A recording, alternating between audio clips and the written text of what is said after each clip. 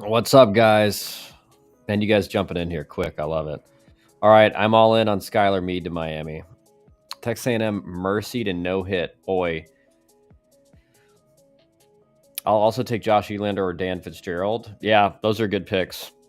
Will you settle for Michael Early?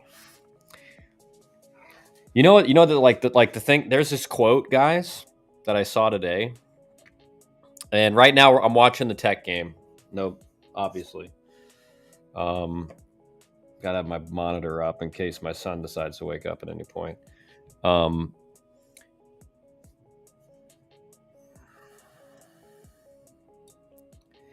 And the quote is, from Alexander the Great, and he says, I'm not afraid of an army of lions led by a sheep. I'm afraid of an army of sheep led by a lion. And like that's a great analogy for like what an elite head coach does for your team. Right? An elite head coach doesn't matter who the players are. Right? Like they're going to they're going to battle, they are going to fight every team they play. But outside of that, elite and very good coaching category, it's like it doesn't matter how good the players are. Right, the talent's not going to be maximized, the game plan's not going to be right, their execution's not going to be as high as it should be. I mean, again, and that's like again, that's what you see with Tony Vitello. That's what you see with Jim Schlossnagle, right? That's what you see with a lot of these elite head coaches across the country. So.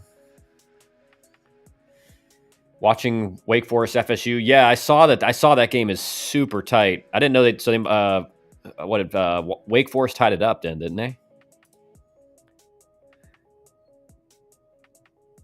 Let's see. Yeah, Wake tied it up, top 7 too. I'm gonna switch over there in a second too. What's up, boys? Do we need to get a life? Absolutely not, man. It's Friday night, man. What do you mean?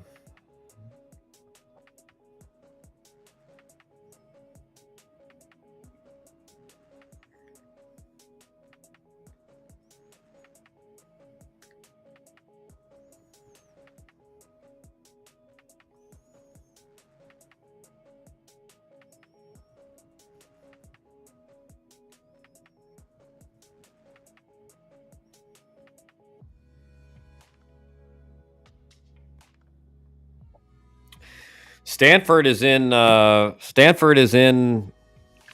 pretty good position here. Up, down 3 runs in the bottom of the 4th, but they got runners on first and third and no outs. As the announcer just said, Stanford is in business. College baseballs are like, I mean, college. The thing is, like, I can't even watch a major league game. Kyle, do we believe in jinxes before I comment?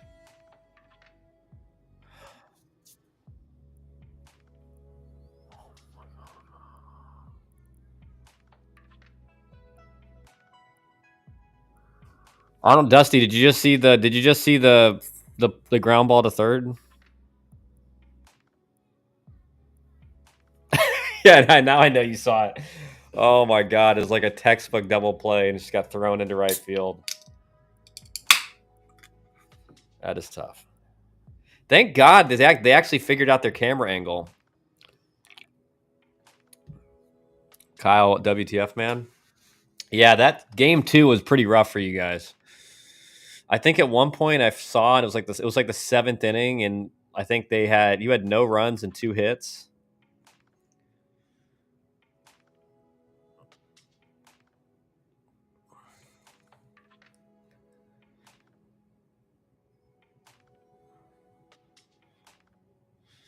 That was, and that, you know what, Dusty, that's crazy because that's Cursed over there at third base, and he can really pick it.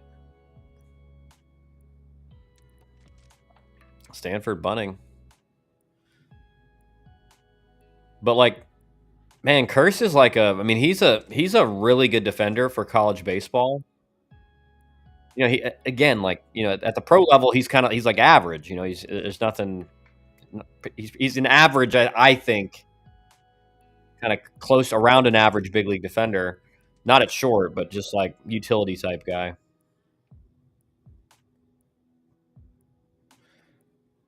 Yeah, he's a great college defender. God, dude, this had the makings of McKee's first real sign of turning the corner. I was thinking he might get into the seventh. He's definitely getting better, though. Yeah, I mean, if you consider that he hasn't got an out through like 4 hitters this inning and he's at 62 pitches.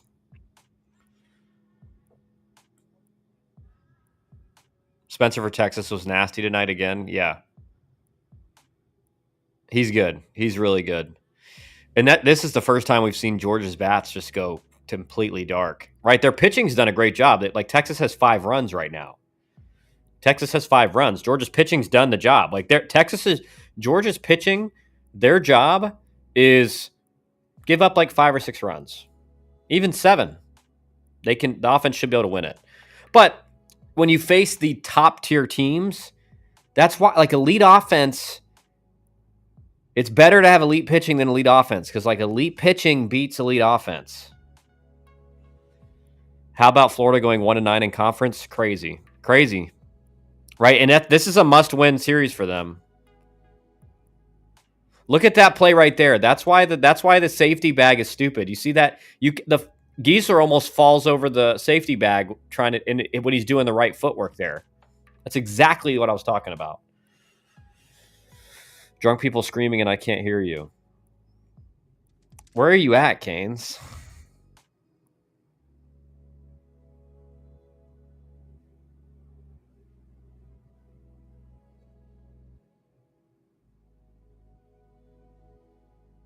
Oh no, Goldstein is a really good college pitcher. Yeah, he can throw strikes. He's got a pretty good breaker. Like nothing really jumps out at you, but he throws strikes with everything. Typically, I mean, he did that last year. I haven't watched him pitch this year, but I remember watching him last year, and I thought he was like a solid SEC arm. That like stuff wise, you were like, what? It didn't really fit the bill stuff wise, but he just really knows how to pitch. Canes is at the Miami College bar. He's down too bad.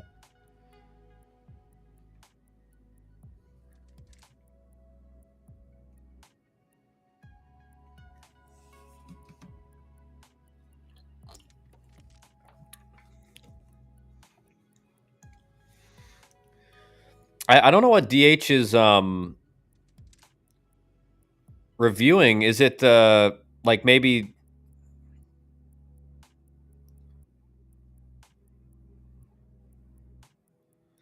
are they reviewing maybe interference from the runner here? I think if it's interference, it's going to move the runners back. That's what DH is challenging. If interference is called here, it'll be first and second, which is worth a challenge if you think you're going to get it. And it should be pretty obvious now with the safety bag. Like it shouldn't even be close.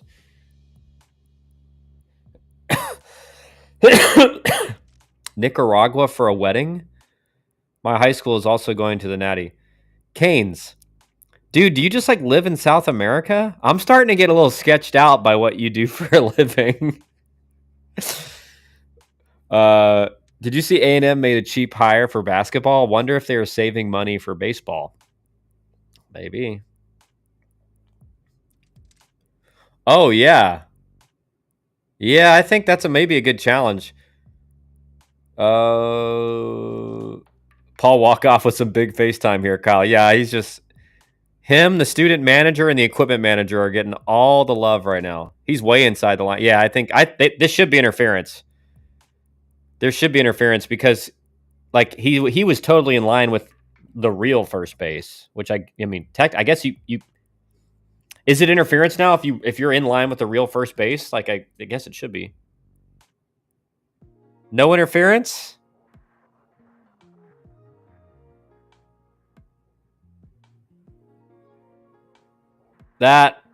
Why did he jump to the right at the last second? I feel like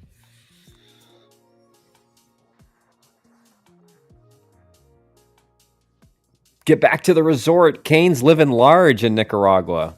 What games are you guys watching? I'll put it on when I get back to the resort. I'm watching the Tech game. Buck's watching the Wake Forest Florida State game, which is like tied in the 7th inning. I'm just going to pull up the live stats for Wake Florida State until I can pull it up. DH is 0 out of 100 on challenge. Well, I feel like, and I think you'll agree, Dusty, like in college baseball, like I don't know if it's just the ACC, but I feel like the ACC challenges, one, take way longer than the SEC, but two, I feel like they just protect the umpires. I feel like they don't overturn it unless it's blatantly obvious. Which I guess in some senses you understand, but it's like a lot of times you're like, oh yeah, that should be overturned, and it doesn't happen. Love my Canes. Don't think I can ever leave Miami and them. I would love to live in South America, but the Canes keep me home. Canes, are you Cuban? Or are you like, what's your heritage?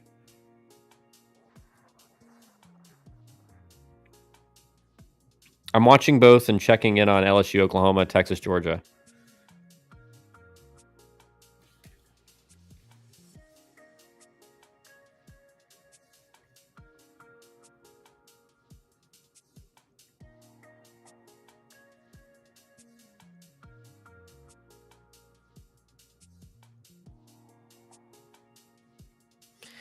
Yeah, that's a bad sequence right there, Dust. Was that 0-2 to 3-2 on 3 straight pitches? GT's playing Stanford, Kane. Stanford. Oh my gosh, man.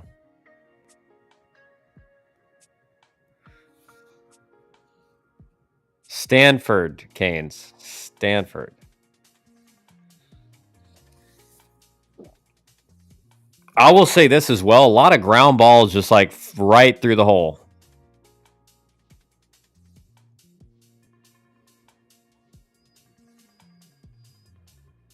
Canes.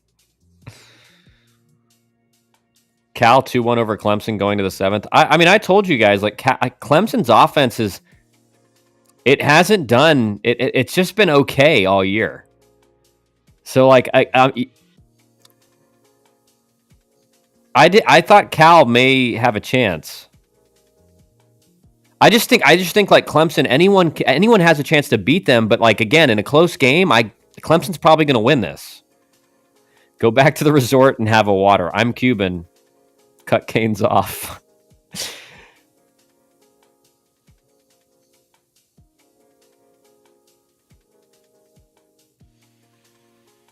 But I also think Dusty, like in that at bat in particular, in that 3-2, like you've thrown so many sliders in a row. Like, are you throwing so many sliders in the at bat? Like 3-2 slider doesn't have the effect that you think it's going to have. You know.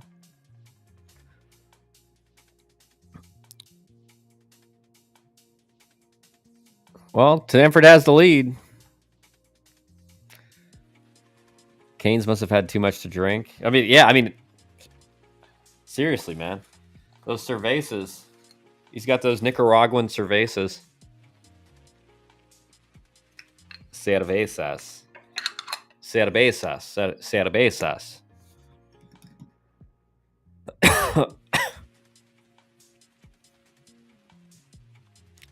Colombia was up 56 straight hours.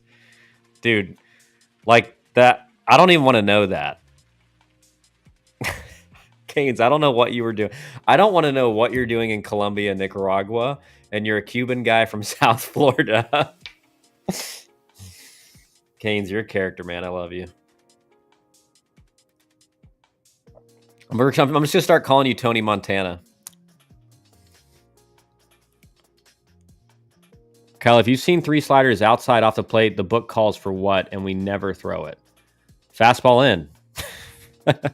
Fastball in. Just like throw a fastball in on his hands. It's really just like fastball in, fastball up and in, fastball down and in. You know, Von Lackey just being elite.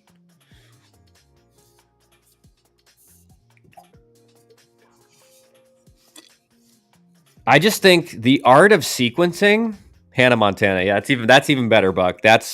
Hannah Montana. That's Kane's new alter ego, Hannah Montana. I think the art of sequencing and just like setting up hitters is just, you just don't see it anymore. You don't, like, if you watch a college game or you watch a big, maybe I don't watch enough big league games, so I'm not going to say that. I I'm I'm probably right about it.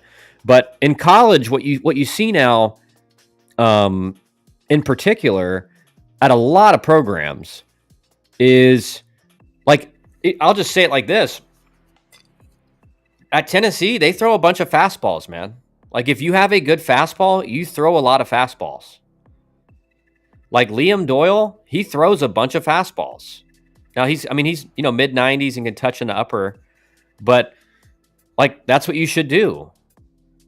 There's a lot of coaches that have guys with mid 90s fastballs and higher, and they're just calling a bunch of off speed. I saw 3 of your live streams in that time span, Kyle. Oh, Lord. When is Schmidt coming back? I have no idea. I heard staph infection. So I don't know. I got no idea how long that's going to be. And that's a hit because he's a leading hitter on the team. A lot of doubles. Like, that's a big loss in conference. But why is that about sequencing? I think it's because dude, what you have is you have a lot of guys, and I'm not talking about anyone in particular, but you just have a lot of guys, generally speaking, who don't know the game. Like, don't really know the game, right? They don't see the field. They don't see they don't know the game. And so like they think they understand sequencing, but they're only understanding sequencing from a pitcher's perspective. And they're not thinking, all right, well, what's in the hitter's mind here? And that's why I say, like, I think some of the best people I've ever talked to about like pitch sequences and like how to call pitches or like how to, from a hitter's perspective, how to like know what's coming are hitters, because hitters know what works. Like you said, Dust, like if you're seeing a bunch of off speed off the plate, even if man, he's probably coming in with a fastball with 2 strikes, you can't afford to be wrong. You can't afford to be like, all right, I'm gonna sit fastball here. So the inside fastball with 2 strikes is so hard to defend. It's the hardest pitch to get a base hit on, unless you just get a jam job like duck fart or whatever. It's the hardest pitch with 2 strikes because everything else, like I can read a breaking ball, fastball middle away, I can catch up to that. But a fastball inner third, like if you don't get that swing started soon enough, you're just out. Like you can't get to it. I've said this before, pitching coaches are scared to death to get beat on fastballs. We're talking about a dude that almost hit 30 home runs last year. He has 5 this year and batting under 300. Daniel Cuvée. Yeah. It's a drop. And you know what I think it is, Zach? I honestly don't think it's anything with his swing. I think it's all mental. And I think he understands that the offense is really bad. And I think he's putting the whole team on his shoulders and trying to hit a home run every at bat. And that's why you're seeing struggles. Right. And that happens to a lot of guys who are like the only guy in the lineup or one of like 2 or 3. He feels like he's got to be big every at bat. And again, it's like Drew Burress. Like the thing that's great for him is he's in an elite offense. So he doesn't feel like he has to go out there every game and deliver like a big moment, but he still does. And it makes it easier to deliver those moments. Sal Fasano is my pitching coordinator in pro ball, completely opened my eyes on how to call a game, was never a pitcher, big league hitter for like 10 years. Yeah, exactly. So hitters, I honestly think if like there are definitely some pitching coaches that know how to hell to call a game 100%. But I think if you took like an elite hitter who's doesn't know anything about pitching, nothing like that. Georgia Tech back-to-back singles here to start the top of the 5th. You would instantly see better pitch calls. Instantly. Because you know what hitters are looking for. You know what hitters, okay, in a 1-1 count, what's effective. And again, I think like you say, Dusty, like establish like first pitch fastball outer third. Like outer half and you miss towards the middle, that's going to get hit. But you go outer third, first pitch with a fastball, there's almost no hitters that are looking for that first pitch. I never played with one. I never played with one guy who's like, yeah, I'm hunting the outer third, first pitch. They usually hunt middle away and middle in, which means I think it's easier to hunt middle in and react to the inner third fastball because you're timing it. Middle away, it's like it's harder to do that if they throw it on the outer third. So I don't know why you don't see that. Just like train guys to go strike one, outer third, fastball, first pitch. But really good hitters, elite hitters, we know what we know what sequences were really tough. Ramsey is so good. I want stats on his bounce back innings after GT pitchers give it up. It's incredible.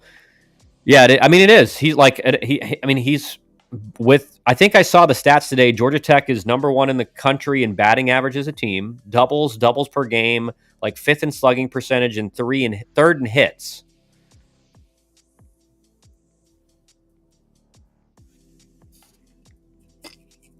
Man, how does that not get beat out, dude? You're a lefty hitter and you're an outfielder. Yikes!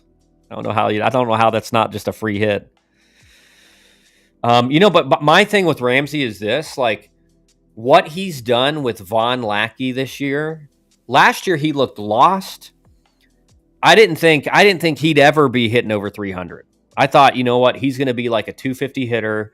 He's going to get signed because he could be a backup catcher in the big leagues right now. And you just take whatever you get with the bat. But like what Von Lackey's doing this year, it's incredible. It's incredible.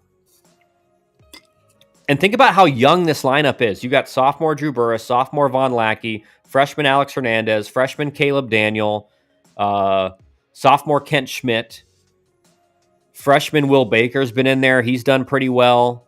Who else am I missing? Third base, sophomore Carson Curse. So you got like the whole lineup coming back next year, basically, except for Lodi's, I think. I think Lodi's is draft eligible. He going to be gone.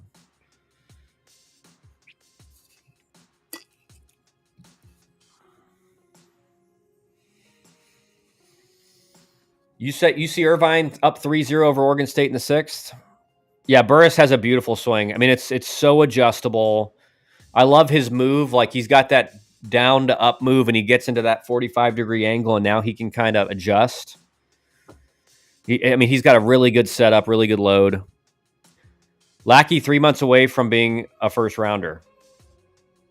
Is he draft eligible as a sophomore, Dusty?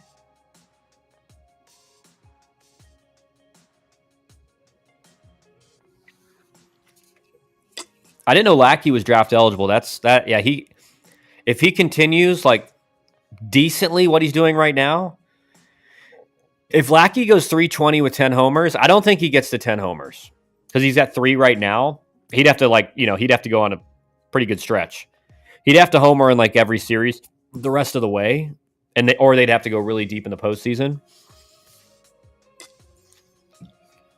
But yeah, I agree, Dusty. I mean, I think setting himself up for it. Oh, okay, yeah. Yeah, I mean, I think, listen, like if you think the hit tool is like a 40 or a 45 at the big league level, he's going in top 2 rounds. Like he's floor is like 3rd round if he has just an okay year next year. His defense is just so good. His framing is elite. His blocking's elite. His catch and throw is elite. It's just across the board elite. Makeup's elite. So I just think, I mean, he's the next catcher U. He's the next catcher U guy to get drafted in the top 5 rounds. Been really impressed with UC Irvine this year. About to break the game open 4-0 in the 6th inning. Yeah, I mean their offense is really good, and they've pitched, I think, a lot better than people thought.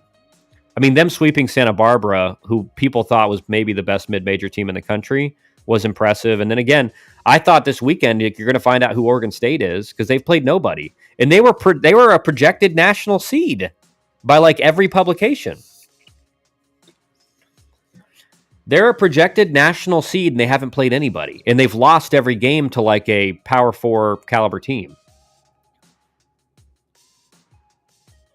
He's getting better every weekend. It's insane. Yeah, I mean, he's just like he doesn't have to. I don't even think he has to be a 10 home run guy. I think if he hits like 7 or 8, and he, like you said, he hits like 320, he's going to get first round interest 100%.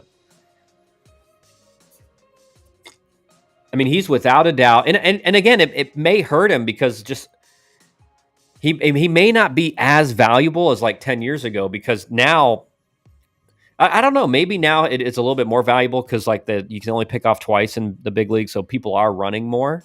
So I think maybe because of that, it's actually more valuable. But before that rule, like defense from a catcher perspective, as long as you could frame and block, like if you were average catch and throw guy, but you could hit, you're fine. You're going to play. Now there are more guys running just because all these rules changes. Hey, thank God Stanford got this camera angle fixed. It's actually like a real game. 4-4 Wake Forest and Florida State in the middle of the 8th, I believe.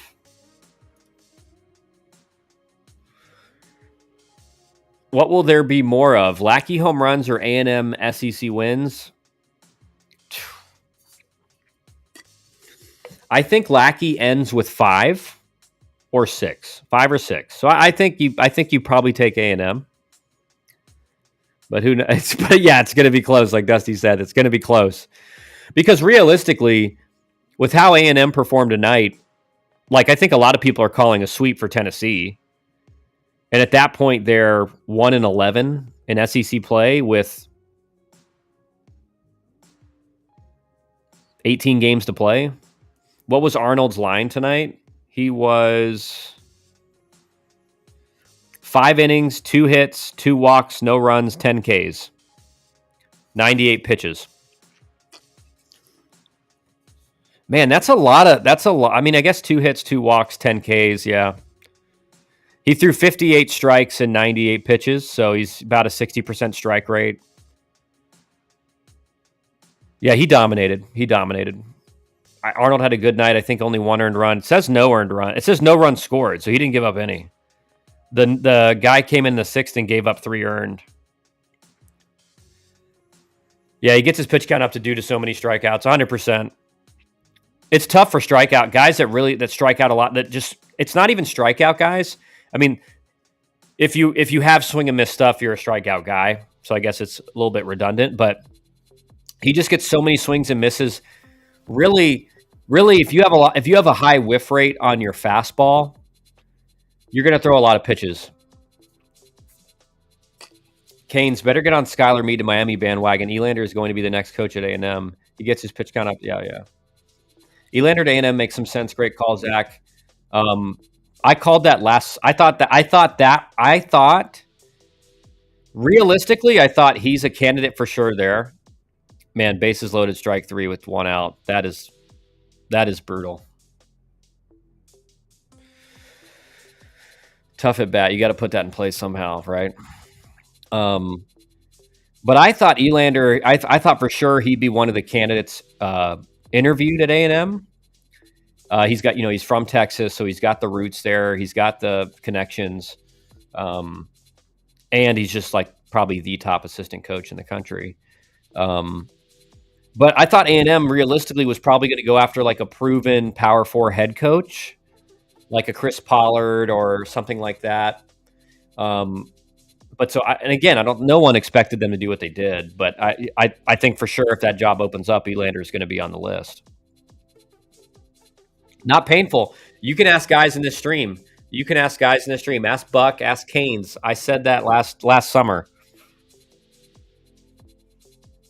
Wow, big wild pitch. Big wild pitch for Georgia Tech there to tie the game. Arnold motion looks deceptive, slow, and then it's on top of you with the fastball and slider out of the same slot. Yeah, and it's Buck. He's got that. It's not quite Josh Hader, but he has that like sidearm. He gets that low. He has that low release, like very low 3/4, but it's a 4-seam ride. So the ride plays even more up because it's such a low release point. So that's why his fastball he gets so many swings and misses on it. And like you said, his slider's out of the same slot. The stuff is very Josh Hader-ish because Josh Hader is the same thing. He's that very low 3/4 slot, but it's a 4-seam ride. And then just the sweeping slider. And actually Hader's slider isn't like a super nasty slider. I mean, it's a sweeper, which again, they're tough to fight and they're tough to hit. But it's really the fact that his fastball is so elite that the slider just plays up. Kyle trying to take. Oh, you already said that, dude. The space behind home plate at Stanford is a complete liability. It's the size of Texas. Yeah, the foul territory, the amount of pop up. How many foul pop ups happen there?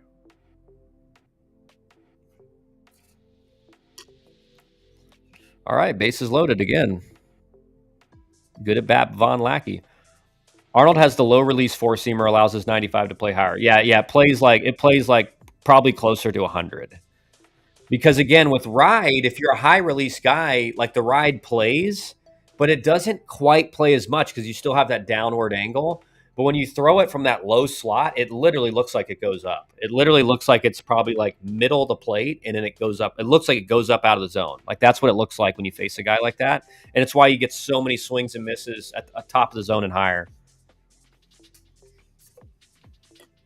I want to see Arnold live, so hopefully FSU to Omaha. And the thing is, it's very rare. Most guys that are down here, they got run on it. It's like it's gonna run. It's gonna have some sink. Like that was Danny Hultzen. Danny Hultzen was the same thing, same slot as Jamie Arnold. Ooh, big hit for Tech here. 2-run score. Kimbrel 2013 before metrics. Yeah, Kimbrel same thing. I think Kimbrel maybe not as like out here, but it's still this. I remember facing Kimbrel. I faced Kimbrel in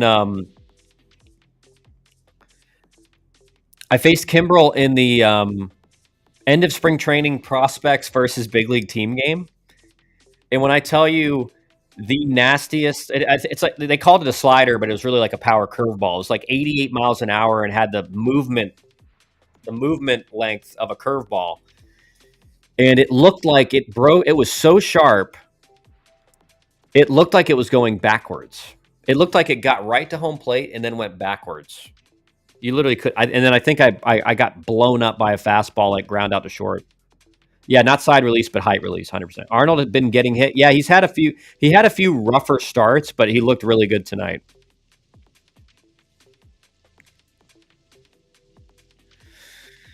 Giesler was a tough at bat.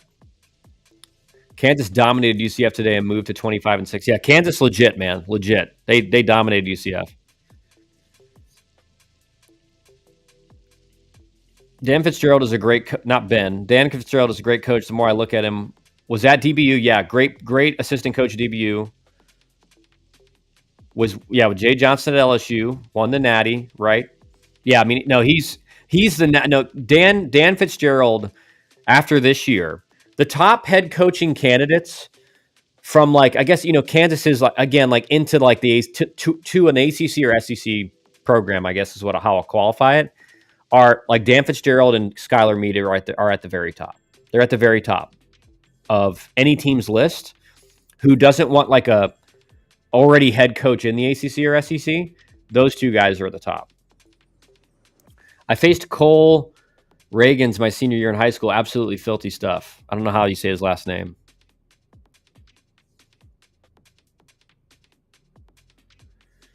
Sorry, Dan Fitzgerald. Yeah, I knew what you meant. But those two guys are, again, I think it's you can almost take it to the bank that both those guys will be at different programs at some point this summer. I would be shocked if both of them are still at their schools. So I'm calling it now, Dusty. And I don't know why none of you guys have stuck up for me saying that I was talking about Elander going to A&M last year when the job opened. Why is no one giving me credit for that?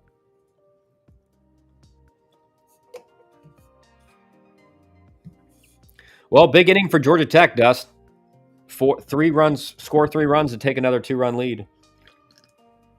But now you're in bullpen territory, and I have to see if Georgia Tech can keep the bats down now. Because Tate McKee he should have been in. He should have been in, but defense let him down big time. And then a couple C&I ground balls. Bottom 8th, Florida State, Wake Forest still 4-4. Florida State has a runner on first base.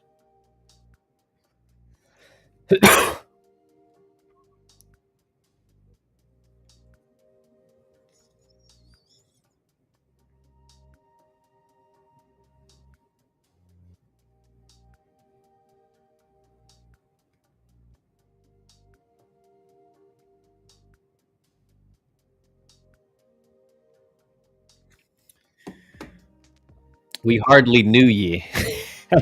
Yeah, that was kind of right when I started doing the streams like every day of the week. I would do some every once in a while, but that's when I started doing it every day of the week. I would defend you, but I didn't start watching till end of December. Yeah, I know. I know. Now I feel like no one's gonna say anything, I guess. You think you know some people, you know what I mean?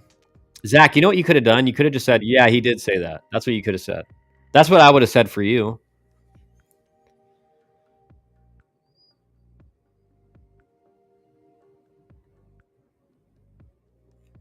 If your girlfriend called me, Zach, and was like, "Hey, what was he doing last night at 10:57?" I would have said, "Hey, he was in my live stream. He couldn't have been doing anything bad. He was in my live stream. I got the receipts." All right, it's Zen 30. I'm out.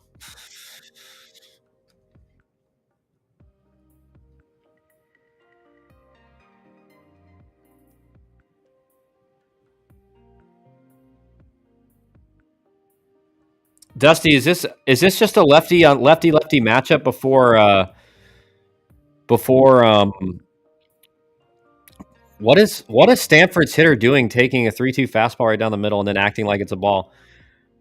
Are they trying to get a few innings here to kind of say get Patel in or paid? Maybe that what I think what they're doing, which is what I think is smart, is if you can get to the seventh inning with the lead and then you go Payton and you use 3 innings of Payton, because I think Patel can give you like 5.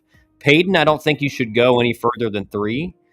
So, I mean, I guess you could do either. You could go Patel here for 5, but maybe you're like, hey, if we can save Patel for tomorrow or Sunday.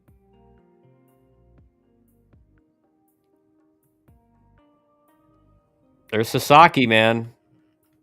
So here's the question: why is the guys we were using to close Clemson's game pitching in the 6th? A change of strategy, man. Maybe change of strategy. I don't know, but I like again. I think just we have to see what happens. But maybe it's this, Dusty. It's like if we're gonna give it up, we'd rather we give it up in the 6th, 5th, or the 6th than in the 9th, right? Payton is unavailable tonight. I'm gonna text a source.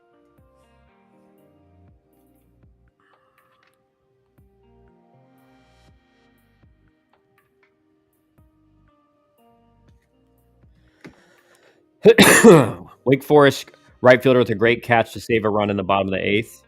Nice. Did you make your players run gassers tonight? No, I had to. No, I didn't. They were all talking about the stream though. They were like, "Dude, we were in Coach Ren's stream and it was sick." The chat was rocking. I'm like, I think you guys ruined the chat, but they thought it was funny. I'm surprised none of them are in here right now. Guess it's a Friday night in high school. Hopefully they're doing smart things.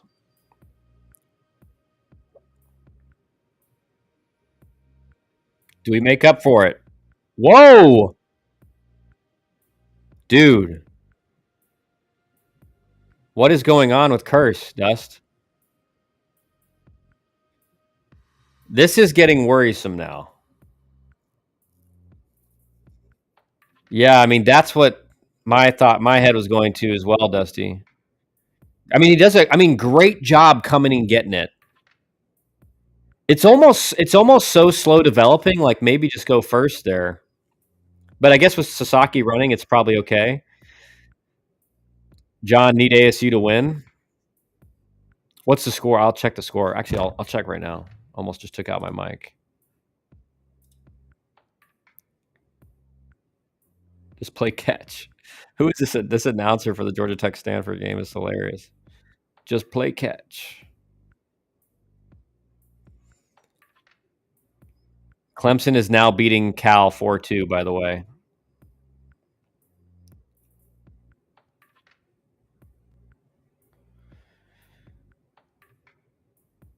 I hate to say this, but Georgia Tech's getting in the area of like you make this many bad errors, you lose. I don't know what you think, Dusty. Get Campbell out now immediately. Yeah, I'm getting. I think they're just playing a lefty matchup here, and he's got to be out after this batter unless it's another lefty. But Again, I don't know. Like from what I've seen from him, lefties don't seem to struggle. Which is then it's like you're not really playing a matchup. You're just like saying he's a lefty and he's a lefty hitter. So trying to find this Arizona State game. Well, oh my, what is going on? What is going on? Von Lackey just whiffs the ball as well. Oh, Arizona State's up 4-1. Yeah, they're doing fine.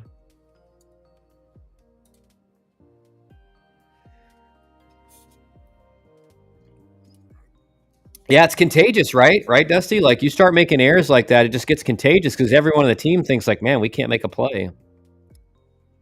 I mean, that's 2 errors. And like I said, this is getting in the area of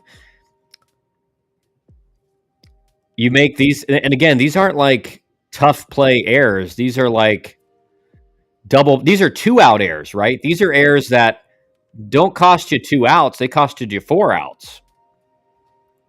They cost you 4 outs. And Campbell hangs a slider and something gets away with it. Just absolutely hangs a slider and gets away with it. See if my source has responded. Not yet.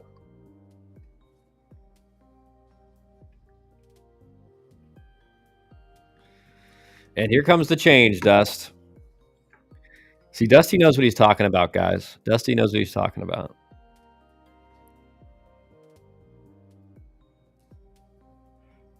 Okay, well done, DH. Go get Campbell. That's right.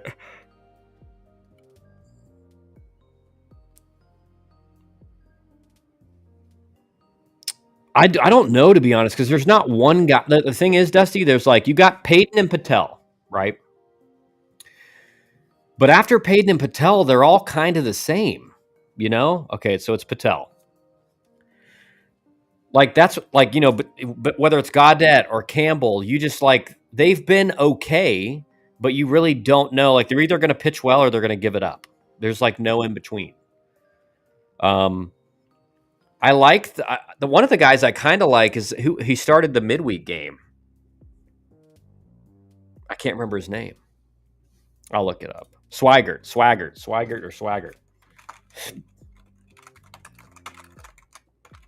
But he hasn't really been pitching at all on the weekends, I feel like. I don't know.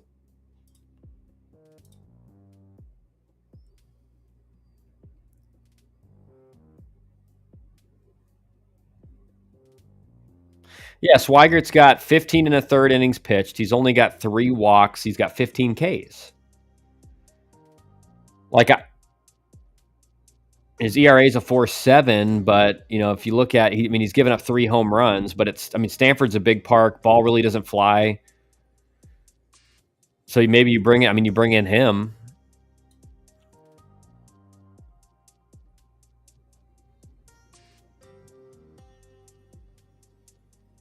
I still think, and I could be wrong, I still think Ballard has got to be moved to a starting spot.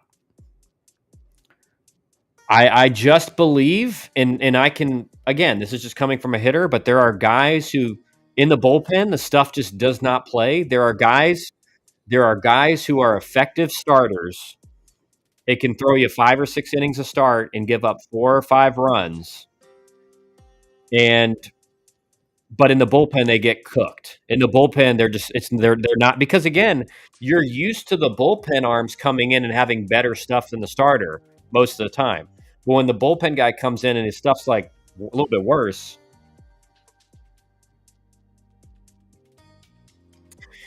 it's Patel. The scary thing about Patel is that he isn't nearly as good as his numbers. Hate to say it because he's been really good. I agree. I think anyone, anyone that knows him, that has watched him, he's pitched about as perfectly as he could pitch so far this year. Like he's just been he's been in his spectrum of ability. He's been right here the whole year. And even if he's down back closer to the middle, he's still a valuable piece. But he's not going to be throwing like 25 innings scoreless. But pitchers do have pitch. There are some guys that just come out of nowhere and have like really dominant years. So I guess if you're a Georgia Tech fan, you hope that's the case.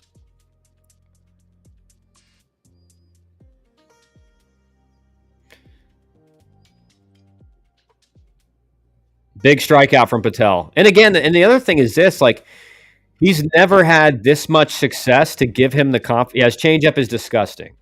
His changeup is a legit big league pitch. It's just his fastball is 89, so it's like he's not going to blow even with how good his changeup is. Like if he was 92, 93, he'd be unbelievable. But the fact that he sits like 89, 90, it's you can still catch up to that even with an elite changeup. His change is not 100%. Leave it to Georgia Tech to have an Indian reliever. Hey, watch it. Watch it, Buck. It's an engineering school, right? LMAO, 3-pitch punch out. What do I know? I hope we can score some runs and get him out. Would love to see him available on Sunday to clinch. Yeah, I think it's like, it's just scary. You know what it is? It's like, I get why he gets left in, even if you get out to like a 5 or 6 run lead, right? Because you're just like, what you're getting with him. And he's probably going to shut the door. Like he's been that guy. When you take him out and now you got to cover, that was the 5th. So you got to cover 4 more innings. I think you're like, I don't know if we really feel like, especially if Payton's out, right? If Payton can't be brought in to kind of damage control, I think you have to stick with Patel, unfortunately. And I hate saying that. Huge strikeout. Yeah, that was, I mean, he just painted 3 straight pitches. And again, that's what he's done, right? He's throwing that 2-seam fastball. He's starting it off the plate, and it's coming right back for a strike. His changeup's going on the exact same. You saw right there. It was a perfect sequence. It was like, I think first pitch changeup, strike. Second pitch fastball, strike. Third pitch changeup. And they're all like in the same location, and they're just like, it tunnels so effectively. You don't know. It's when you throw pitches like that, it's very hard to even foul it off. Payton is Sunday's Zaddy.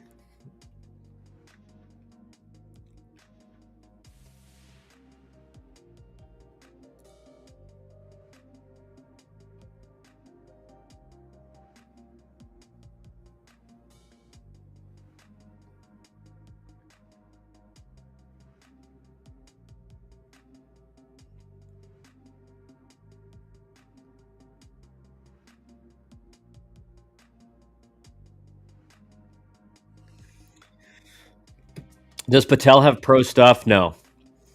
Again, it's just because the fastball, and again, do I think he could be effective in pro ball? Do I think he could make it to high A? Yeah, I think he could. But he'll old school guys would take a shot on him because of the changeup and the ability to what he's shown this year to really kind of command the zone with all of his pitches, and his slider has gotten a lot better.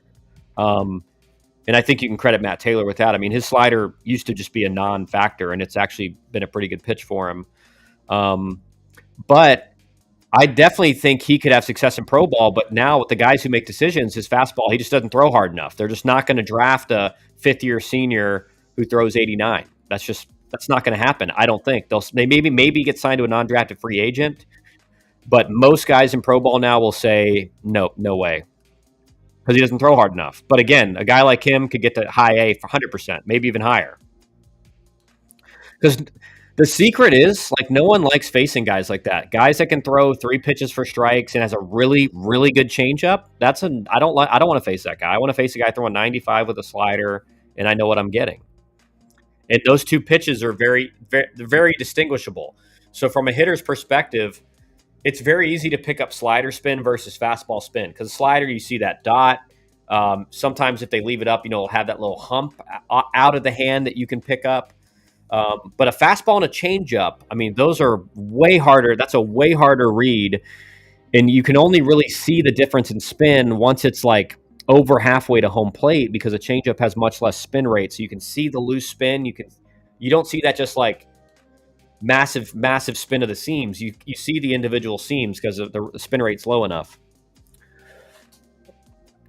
So Dusty can live chat, but he couldn't come over and be on stream with you. Yeah, I know it's crazy, man. I know. I told him. He texted me today. He's like, he texted me at like 5 because I even said, I said maybe we do a pregame stream at 7:30 because he said, no, I don't know if he can do 9. And he's like, I can't, man. I'm sorry, dude. And I was like, the guys are going to be disappointed, man. Patel reminds me of the Arkansas guy who had the 1-year wonder. I think he won Golden Spikes. I can't remember that. I can't remember his name. But he's kind of, you know what he's having? He's having the left-handed starter from South Carolina, but he did it his whole career. Michael, his last name, I don't know how I can't. You know who I'm talking about. South Carolina's lefty ace who threw like 85. Right, and that guy would not touch a college roster now. Think about that. That guy would not touch a college roster. What's his name, Dusty? Michael something, I think. The legendary South Carolina left-handed pitcher starter who was like the anchor of their national championship runs.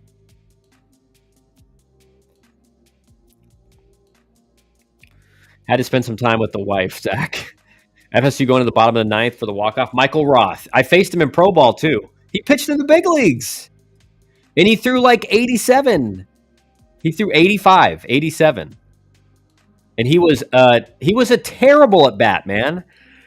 He was a terrible at bat. When I tell you, he was one of the guys I least liked to face. One of the guys I did not want to face was Michael Roth. Yeah, it's Michael Roth. It's Michael Roth. Kevin Kopps, Arkansas. Oh yeah. I think he threw harder though. I think couldn't Kevin Kopps throw like low to mid 90s? That's a little bit different. FSU has the band at the field. It's like the DR. Hey, I played in the DR, man, in the Winter League. It is. It's crazy. And Michael Roth, think about this, guys. Michael Roth in college, he was like 84, 86. When I faced him in pro ball, he had done some work, and he was throwing it like kind of mid to high 80s. And I faced him in AAA. And Michael Roth now, guys, would he even be on a an SEC or an ACC roster? Would Michael Roth even be on one of the greatest college pitchers of all time? Would not even be on a roster in the SEC or ACC in this period. And that's a period of 18 years. Not even 18. It's like 16 years.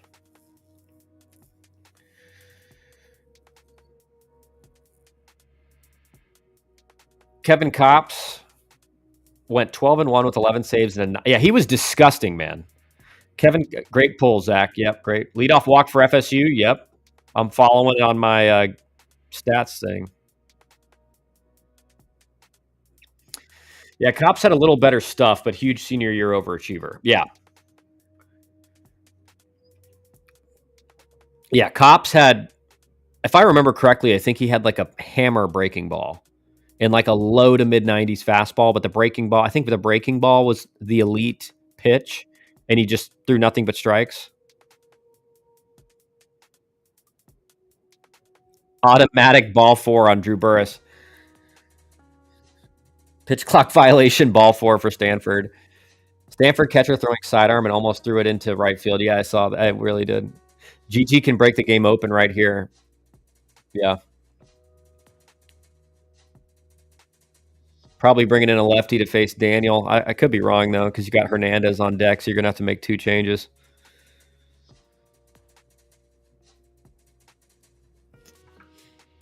But, like, does that not blow your mind, guys, that Michael Roth, who was, again, one of the most legendary pitchers in college baseball history, he would not be on a Power 4, certainly SEC, ACC roster right now. Kyle, who were your top 3 most uncomfortable at bats of all time? Don't need to include Isaacs. I know 2 off the bat. Number 1 was Danny Hultzen. Danny Hultzen was the first time in my life as a hitter, after the first at bat, I knew he was not only better than me, he was so much better than me, it was not close. And I think he threw first pitch was a fastball up and in at like 97 with like turbo run and sink. And then he just painted 3 pitches and he threw a slider that started right down the middle. The spin was so tight you could barely pick it up. And it came out looking just like a fastball and then just sweeped off the plate. I swung straight through it and I was like, damn, that guy's good. And then second would be, I have to look up the name. I think it's Dan Rashemsky or Mark Rashemsky. Let me see if I can look it up. Yeah, Mark Rashemsky, who was a left-handed reliever in the big leagues for a long. I think he maybe still be in the big leagues. And I faced him in a big league spring training game, and it was 95-97 with the most like turbo sink, which again, like in pro ball guys, like turbo sink just means like disgusting sinker. Like a 70 grade sinker or higher. And I knew after the first pitch, like if I'm thinking anything but swing like this, like I literally, my swing thought was swing like this, like out towards left field from my waist. Because I knew if I got here at all, I was just going to get blown up. And I ended up fouling off like 8 pitches and working a walk. So it was a win of an at bat for me. But he was disgusting. I mean, it was just the best left-handed sinker I ever saw. Do we need to tell the boys about the Isaacs versus Ren wager inter squad circa 2013? Yeah, you can tell them if you want. Who were the toughest Miami pitchers you faced? You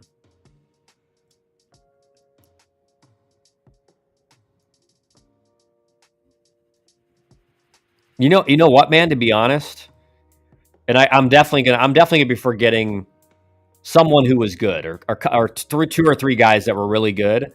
But there's not one guy that I faced at Miami that like jumps out at me right away. Like I know a few of the names, like the left-handed starter, Friday night guy, had a name similar to like Shershimsky or something, like some weird last name. I can't remember it, but he was really good. I hit him well though. Like he was really good, but I saw him well, and I had a lot of success off him. I think I had 2 or 3 hits off him my freshman year. But he was a pitcher that you knew was good, but there's some pitchers you know are good and you just see them well. You just like, you're not uncomfortable. You feel fine in the box. There's not one pitch that you're like, man, I really got to worry about that pitch, because you face some guys like Carlos Rodon. It wasn't an uncomfortable bat, but he was nasty.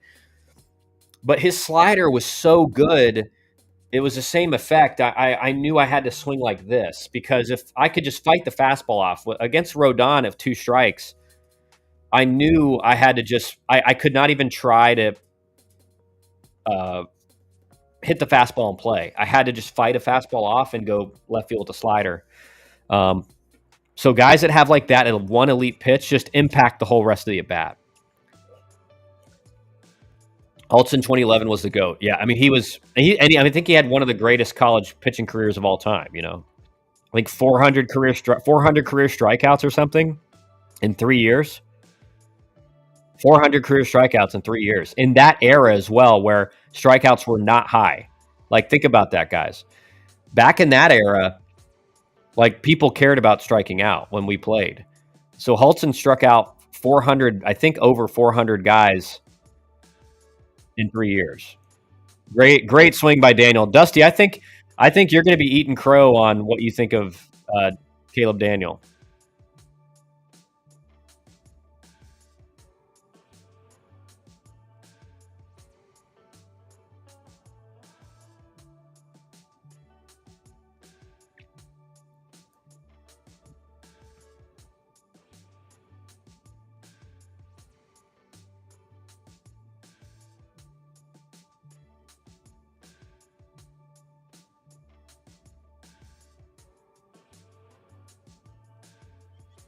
Brian Radzowski. I don't even know how to say it. Yeah, he was good, man. He was good.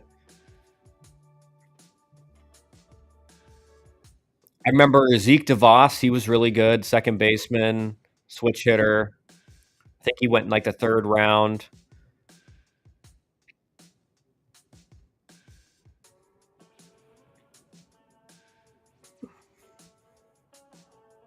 And Dale Carey, I came up playing in high school or playing against him in like travel ball and stuff. I think he was center field that year. Miami kind of touched Isaacs, ran him out in the third inning, and had him questioning his life. I think I was that down in Miami too, wasn't it? Wasn't that down in Miami? I think I remember that.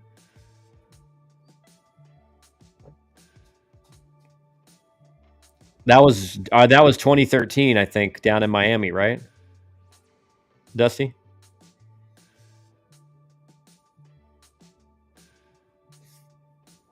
just make sure my monitor is working. Chance Mack, yeah, Chance Mack, yeah. Brad Feger, yeah. I can't believe I didn't say Feger. Feger's a legend at Georgia Tech.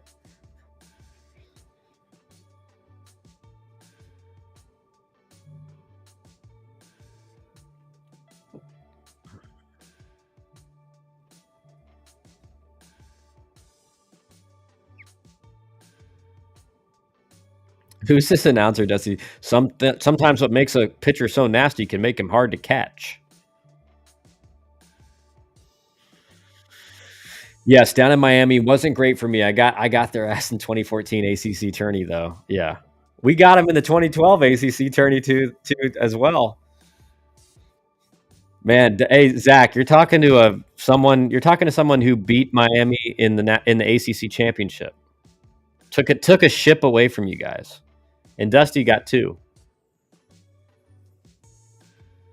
Suarez was legit. Got to the big leagues fast. Yeah, that was the name I was forgetting. That was the name I was. I remember they had because he was a lefty, right? I was like, I know that. I remember they had a Latin, like a Cuban, a lefty, and I couldn't remember his name. And Chris Diaz, lefty pitcher. Andrew Suarez was really good.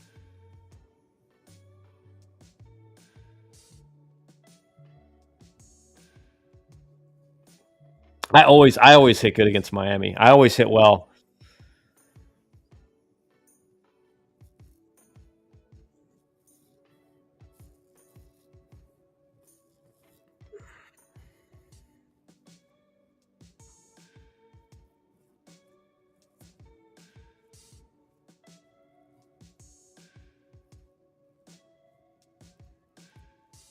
And I think I faced Suarez in minor leagues quite a few times.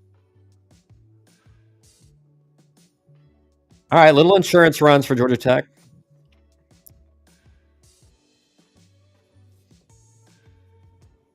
At any moment, guys, I could have to leave for my son waking up. I don't think he's is, but gotta check if make sure the volume's up.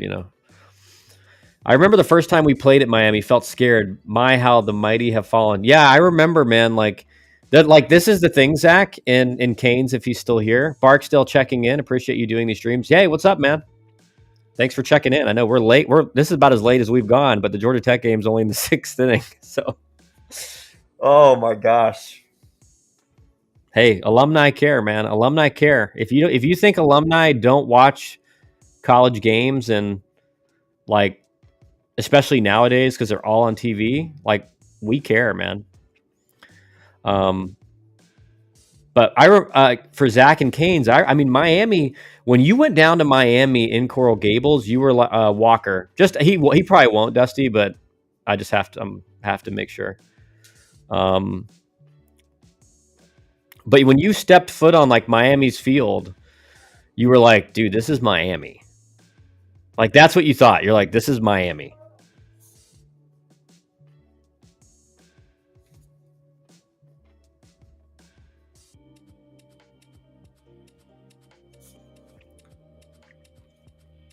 I was in middle school during that time. Yeah. I mean, that's what you thought. You were just like, dude, this is like One of the best. This is one of the best programs in the country. And you knew that at Georgia Tech too, but it was still like it still had the effect. You like Georgia Tech was the number one team in the country the year before my freshman year. It would be like stepping foot on campus at like Tennessee right now. That's what it was like. Which again, it's crazy that even for Georgia Tech's still like around the top 25 every year. But again, like for us who played at Tech, our freshman year we were a top 10 team. And the year prior, they were the number one team in the country like the entire year, and then lost in a regional, or lost in their own regional.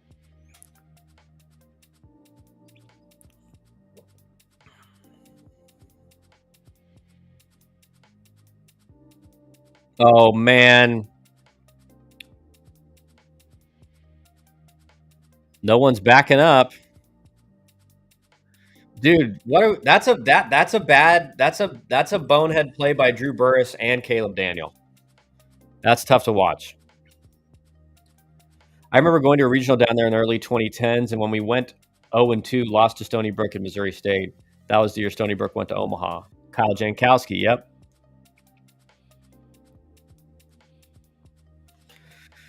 So if you're watching the Georgia Tech game, two mistakes here. You don't dive for a ball like that unless you can knock it down. Because if you don't dive, it's a single. If you dive and miss it, it's a double. And if your center fielder isn't sprinting to back you up, then it's a triple.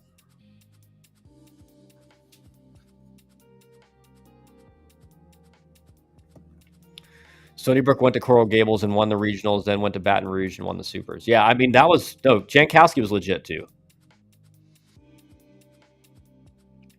You blaming Burris for not backing up, as the kids say, you're glazing Daniel. No, you didn't. You must have wrote that before I just talked, because I said on a ball like that, when you have a 3-run lead, like you either play it into a single, or if you dive, you better knock it down. Like you don't dive, especially on that where he wasn't even close to catching it.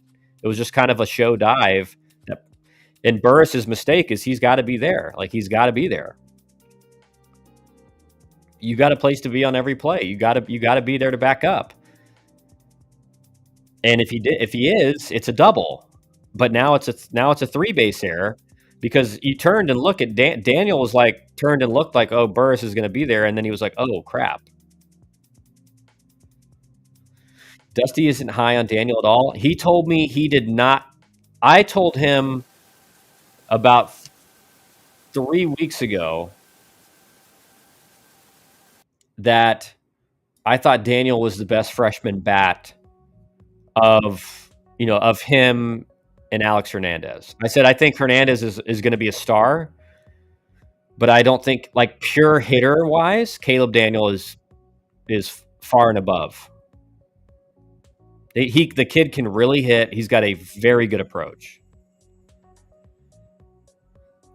and he's hit for surprising power. He's hit a lot of doubles and a lot of home runs, and he's only been a starter for like 3 weeks. I like him fine. I think he will be a fine player.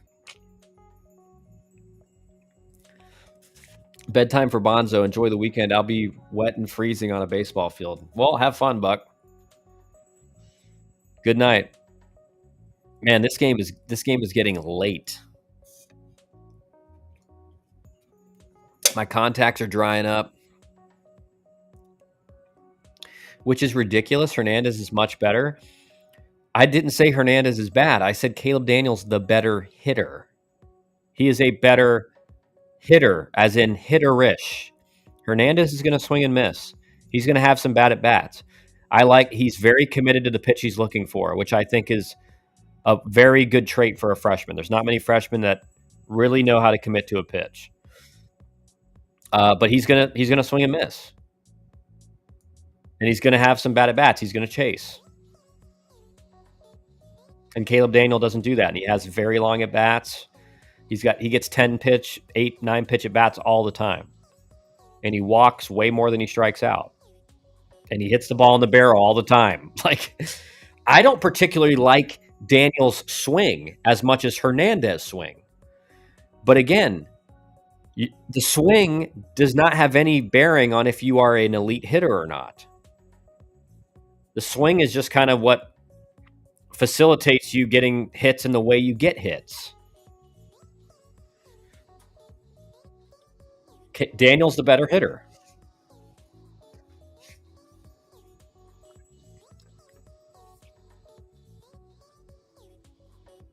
But Hernandez is probably going to end the year with like 16 or 17 home runs as a freshman, which is really, really good.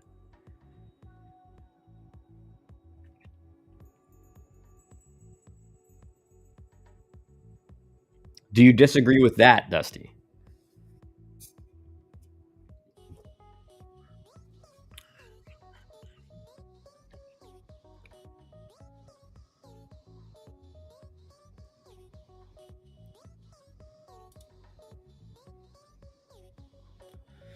So, Dusty, here's the stats on Mark Rashimsky.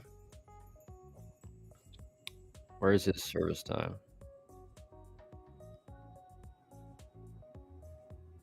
They're going to make us watch this entire game. Yes, they are. They 100% are. So Mark Rashimsky had 10 plus years in the show, or 10 years in the show, a career 3.8 ERA, 2.9 WAR in 506 games. That's the guy who I said was like the lefty that was like one of the nastiest at bats I ever had, most uncomfortable at bats I ever had. And this is, again, now we're seeing Dusty Patel kind of regress to the mean. How does that not turn into a double? Got any predictions on who makes Omaha? Shoot, I mean, I think you go Tennessee. I think you go Texas, LSU, and then I think Alabama. I'm going to go Alabama, which is how they've played this year. And then from the ACC, I think you go Florida State. You go Clemson.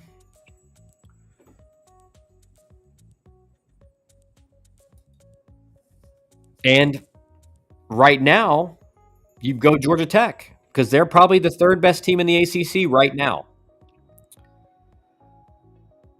And then you go mid-major. But that, or you go Big 12 or Big 10. But there's going to be 4 SEC teams or more. There's going to be a minimum of 2 ACC teams. Probably. So then you got 2 where you can go, maybe another ACC or a Big 10, Big 12, or 2 Big 10s, or, a mid-major.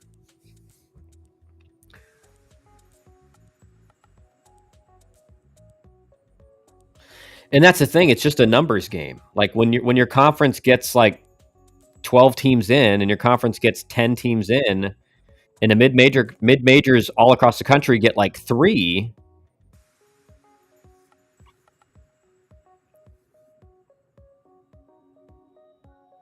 Or not 3, but I mean as host, like you may have one host. You may have one host caliber team of all the mid majors, and you have like 11 SEC and ACC hosts. Like the majority of the hosts are gonna win, and then the hosts just face each other in the super regional. UNC, Duke. I'm not sure we are better than them. I'm just saying right now, as the season has been played to this date, not including tonight's game against Stanford, Georgia Tech's played the third best in the league. Just pure record wise, they've won ACC series.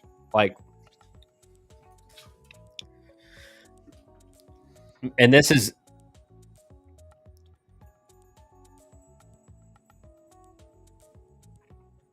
But UNC and Duke are certainly in that conversation. NC State's been playing better. I mean, again, Virginia Tech looks pretty good. I mean, I think Notre Dame beat Virginia Tech today, which is surprising because they've won back-to-back ranked series in the ACC. But that's kind of Virginia Tech, though. Virginia Tech will play really good against the best teams in the conference, and then they'll play bad against the worst teams in the conference. Zach goes Tennessee, LSU, Texas. Okay, all in agreement there. Arkansas, Clemson, FSU, UC Irvine, Louisville. Surprise! Wow. Yeah, Louisville's played well too. My contacts are like so dry right now.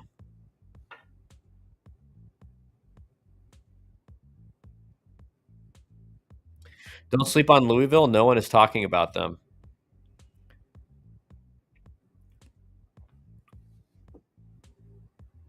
No, they're good, man. Louisville's been playing really good. And I think you are correct. I think like they are being slept on. They are being slept on. This is a scary at bat against Rintaro Sasaki. This is like a legendary, a legend building type of at bat for Rintaro Sasaki right here. Remember that time his freshman year, 2 outs, down two against Tech in the sixth. He hit that 3-run bomb to give us the lead, and then we made it to the College World Series from there. I hate this matchup, Patel versus Sasaki. Yeah, it's a bad matchup. It's a bad matchup because I don't think Patel. I think Patel really locates well against righties, but his it's the worst possible. He locates glove side very well, and glove side is just not where his stuff needs to be against lefties. See, like when he tries to go away, it's either like middle or it's way off the plate. Sleeping. We were thinking the same. Well, I mean, because we know the game, man. We know ball. Like we know the game.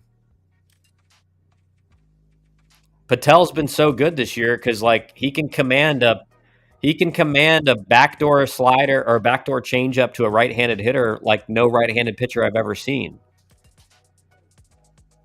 Like he just can hit that down and away changeup to right-handed hitters all the time.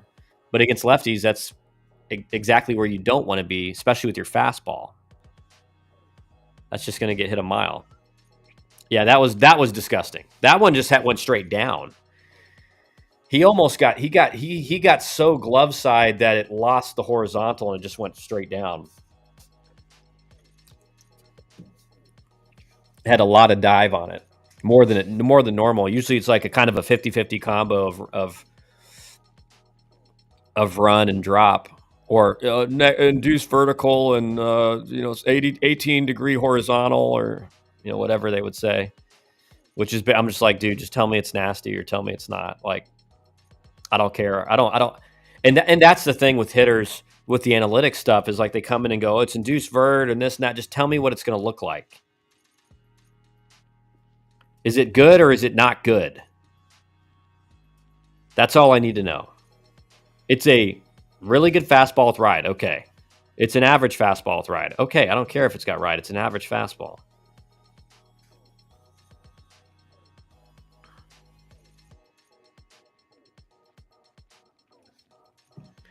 Huge strikeout. Yeah, I mean, huge.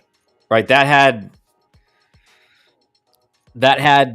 disaster written all over it. But that's Patel even at like pretty good, right? At Patel at pretty good, he's going to give up some hits, but he's got the changeup which he can just get out of jams with. You just at that point with an elite changeup is one of the few pitches that you can really just keep throwing.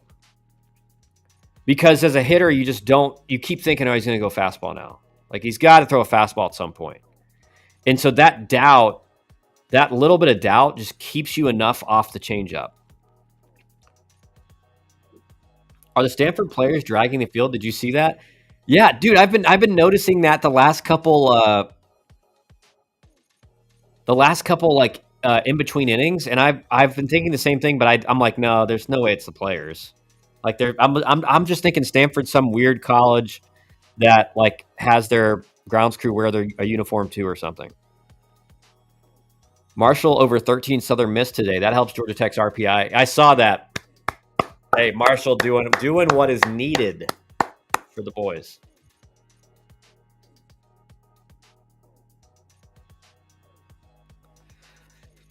Okay, we need to talk about Stanford's budget. The stream is borderline unwatchable, and now they have no grounds crew. I mean, certainly they have a grounds crew, right? But I mean, does the playing surface look really bad?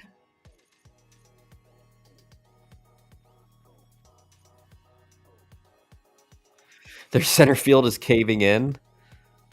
Shoot, man, maybe they.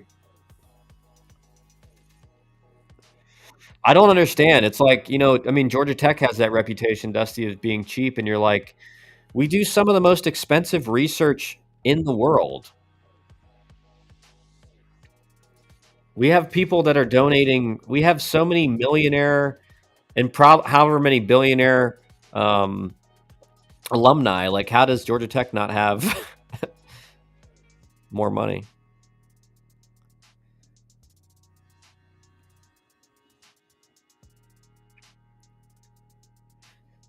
And same is true of Stanford.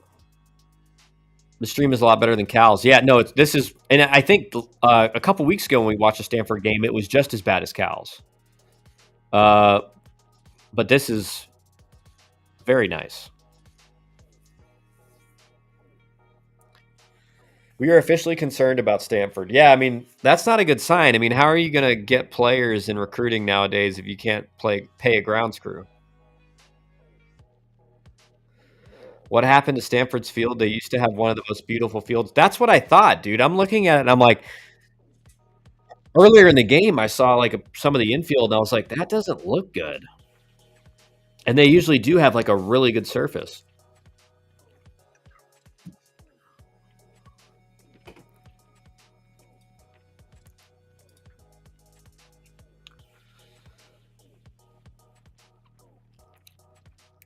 So Florida State beats Wake.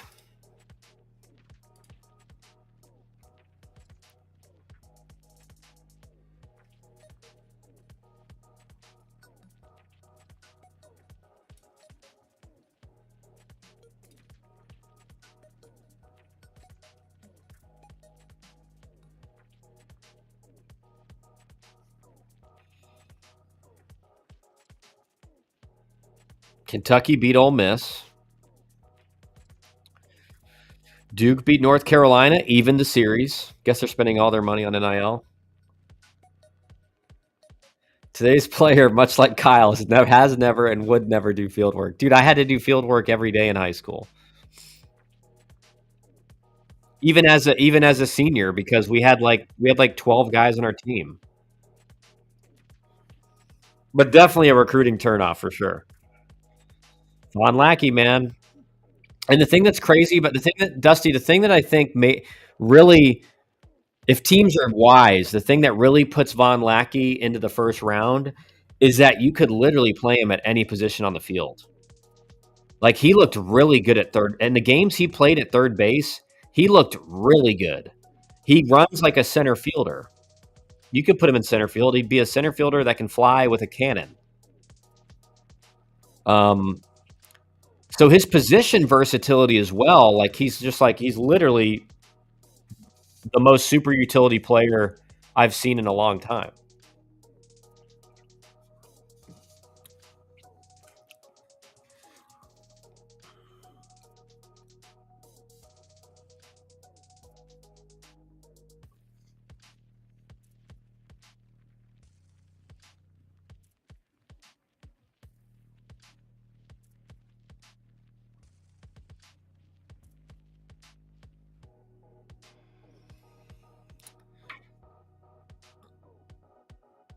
Yeah, that's what I'm saying. That you see that double from Lackey? That's what I'm saying. It's like he's the most.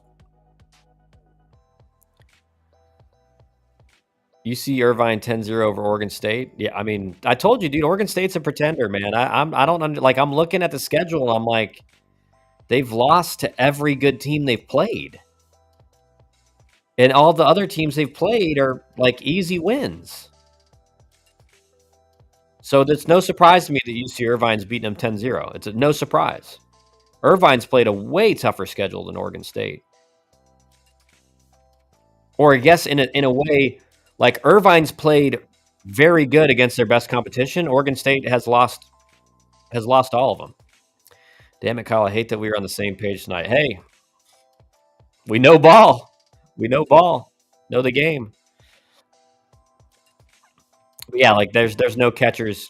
There's that's Jason Kendall. That's Jason Kendall type stuff. There's not been a catcher that can run like that since Jason Kendall, and he runs probably way better than Jason Kendall.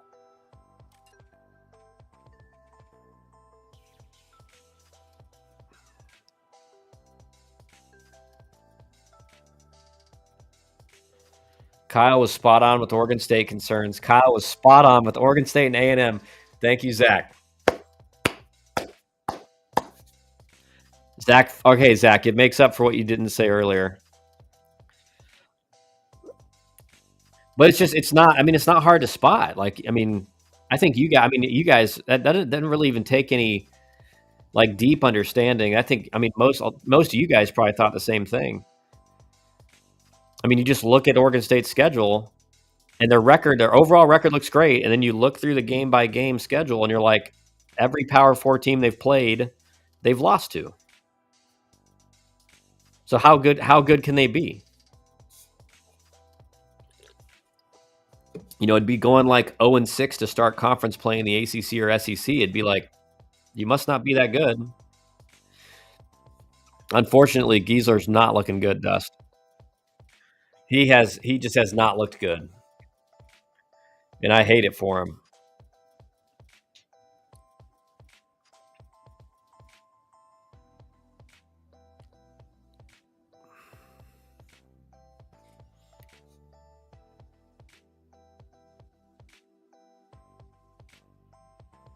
Man, we about to hit midnight, man. I feel like I'm young. I'm feeling young again. I can't quite figure out Stanford.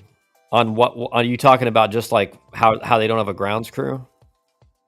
I didn't watch, man. I was gonna watch to see if they were dragging the field or something. They dog walked UNC. Yeah, dog walked UNC, and then they swept. Who did they sweep? They were 5-1 the first 2 weeks.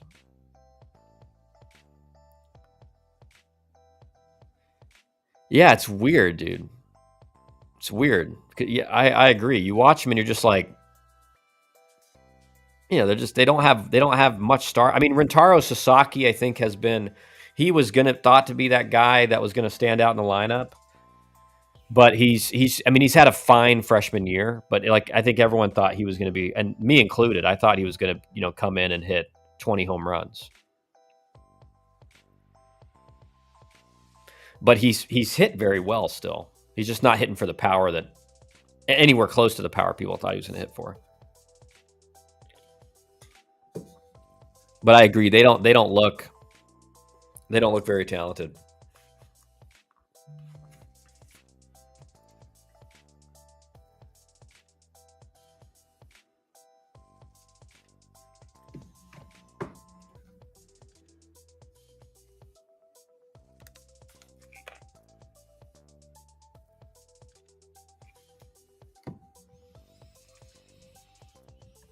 Coastal beat one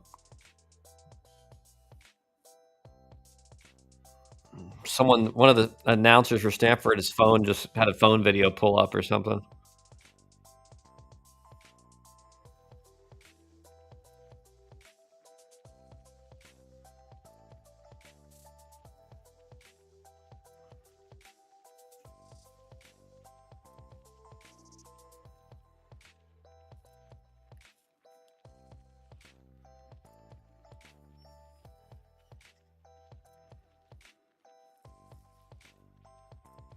Cigars are horrible. Canes, where you been, dude? You missed a lot of good talk about Miami. And me and Dusty's experiences in Miami. And what it felt like to like step on the field at Miami in 2011. So what are we going to do? Go to bed or hang around? How many folks are in the chat? Never mind. Canes is back. Yeah, Canes came, right? Like everyone's kind of thinking the same thing. It's like, golly, it's like almost 12. But then realistically, I'm just going to go in my bed and pull my phone up and keep watching it until the end of the game. So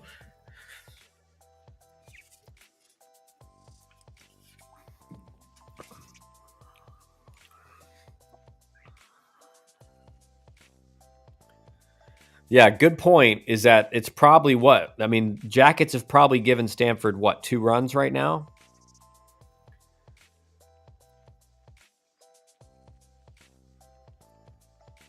So realistically, Stanford scored 4 runs, and do you think their offense is a 6-run offense per game in the ACC? Probably. So you're probably going to need more than 8, you know? You're probably going to need more than 8. I've been back. I was eating a burger. Dude, you were gone for like an hour. What do you mean you were eating a burger? It's definitely been an hour. I'm always here. It's 9:52 over here. Really? So that's pretty far west. I guess I don't know exactly where Nicaragua is.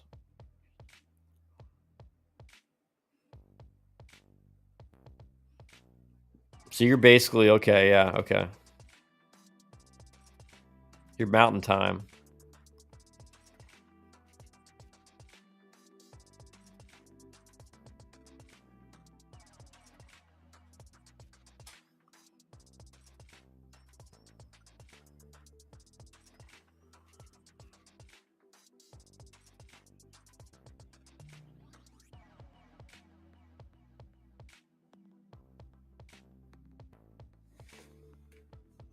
I gotta go, guys.